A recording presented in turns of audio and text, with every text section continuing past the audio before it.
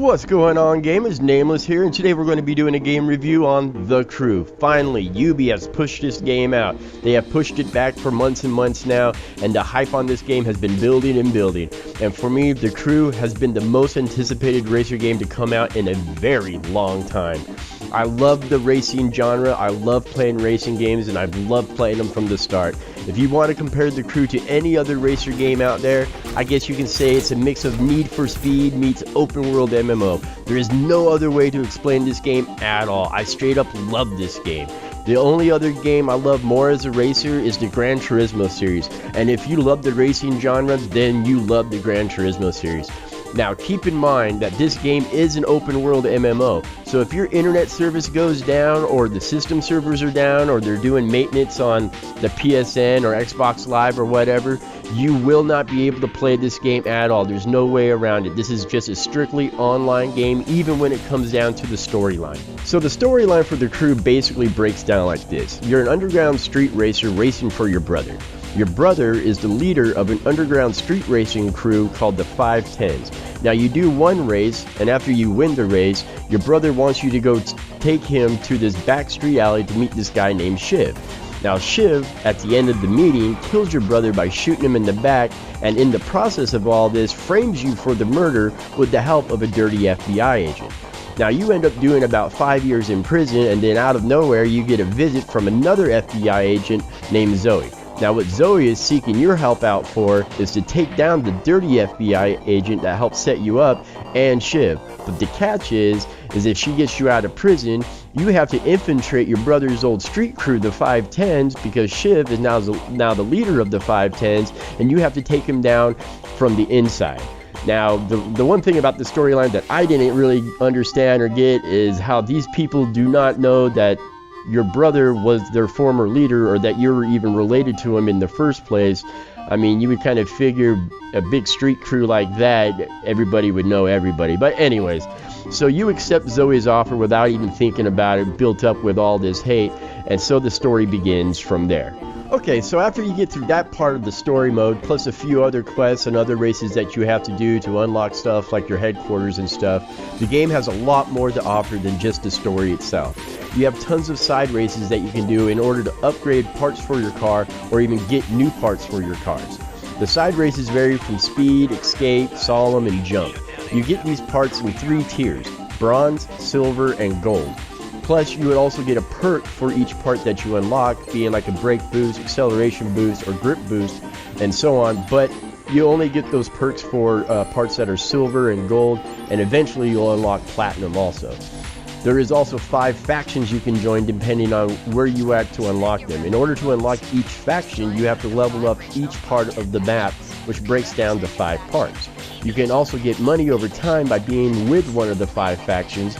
You can also switch your factions at any time once you unlock a new one. Plus the faction races, they're pretty awesome. I like the faction races, and a lot of them range in duration of about 10 to over an hour in each race. There is also 5 different specs you can make your cars. Now pay close attention when you're buying a new car, because not all cars can do all 5 specs. Some cars are only limited to like a 1 or 2, but not all of them can do all 5. Now the 5 specs break down to this. You start out as street, and then you have dirt, performance, raid, and circuit. Again, as you level up, you will unlock each spec. To unlock each spec comes after every 10 levels you raise or so. Plus all specs you unlock are, again, in all 5 major cities. Each city has its own spec, and also they have their own cars that you can buy. You also get PvP races that you can take part in. Like almost everything else, these races can be found in the 5 major cities. You can also do PvP races in all 5 specs. I only played a few PvP races for the most part. I did like it a little bit. The only thing I didn't like about it was if you weren't in the top 3 or 4 positions at the start of the race, then everyone in the back is basically running each other off the road or wrecking each other and not really doing the race itself. So if you're in the back, it doesn't really make the PvP part all too fun.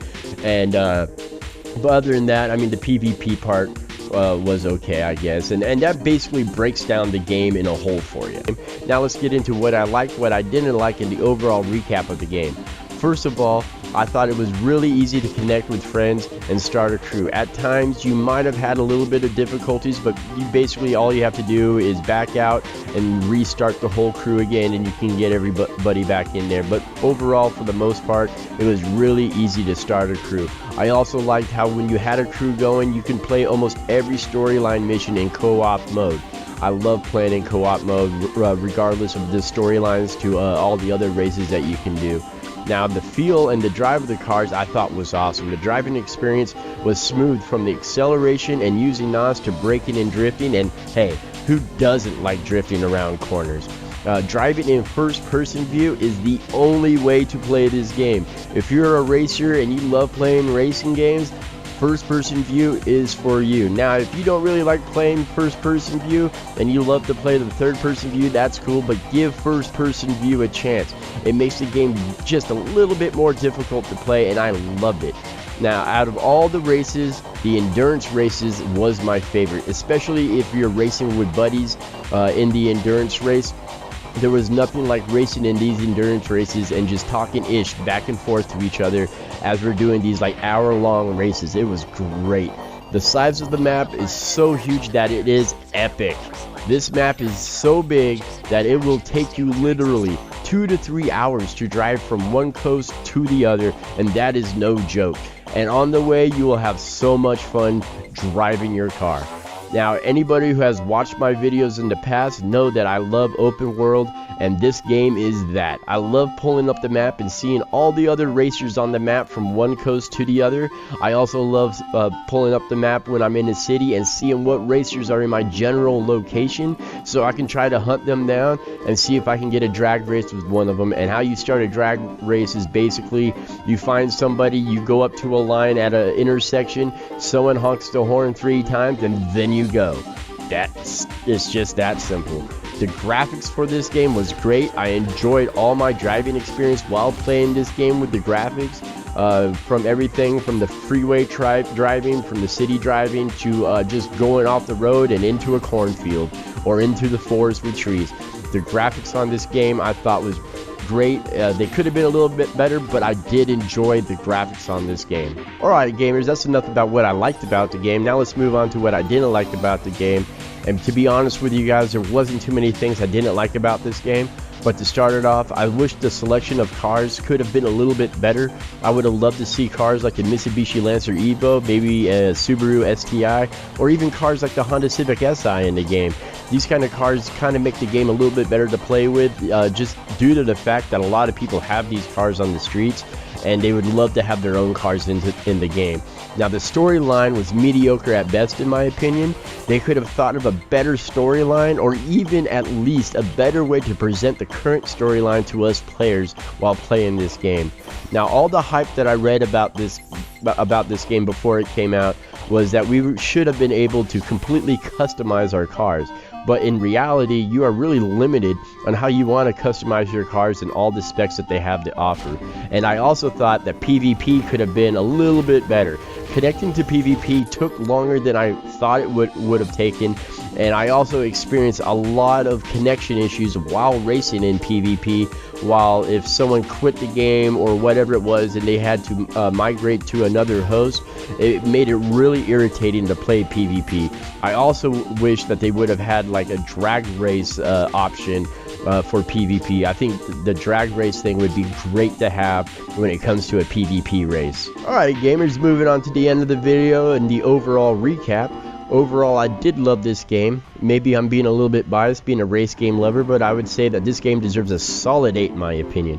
There wasn't that many things I didn't like about this game, and like I said earlier, I would have loved to see the storyline be a whole lot better than it was, or at least presented to us a whole lot better than it was, and also more of a car selection for us to choose what kind of cars we wanted to customize and race with. The PvP experience could have been a whole lot better when it came down to the connection and the connection issues that I was having, but other than that, the graphics, the smooth controls, huge map, open world MMO, And of course, the first person view mode made this game very enjoyable for me to play, and I could see myself playing this game for months to come. Alright gamers, that's it for this video. Thank you for watching. Please leave any comments you have down at the bottom, smash that like button, and subscribe to my channel. You can follow me on Twitter at NamelessEXP, and every once in a while I'll do a live game feed on Twitch. I'm Nameless, this is my experience, and remember guys, keep those controllers charged. Thank you.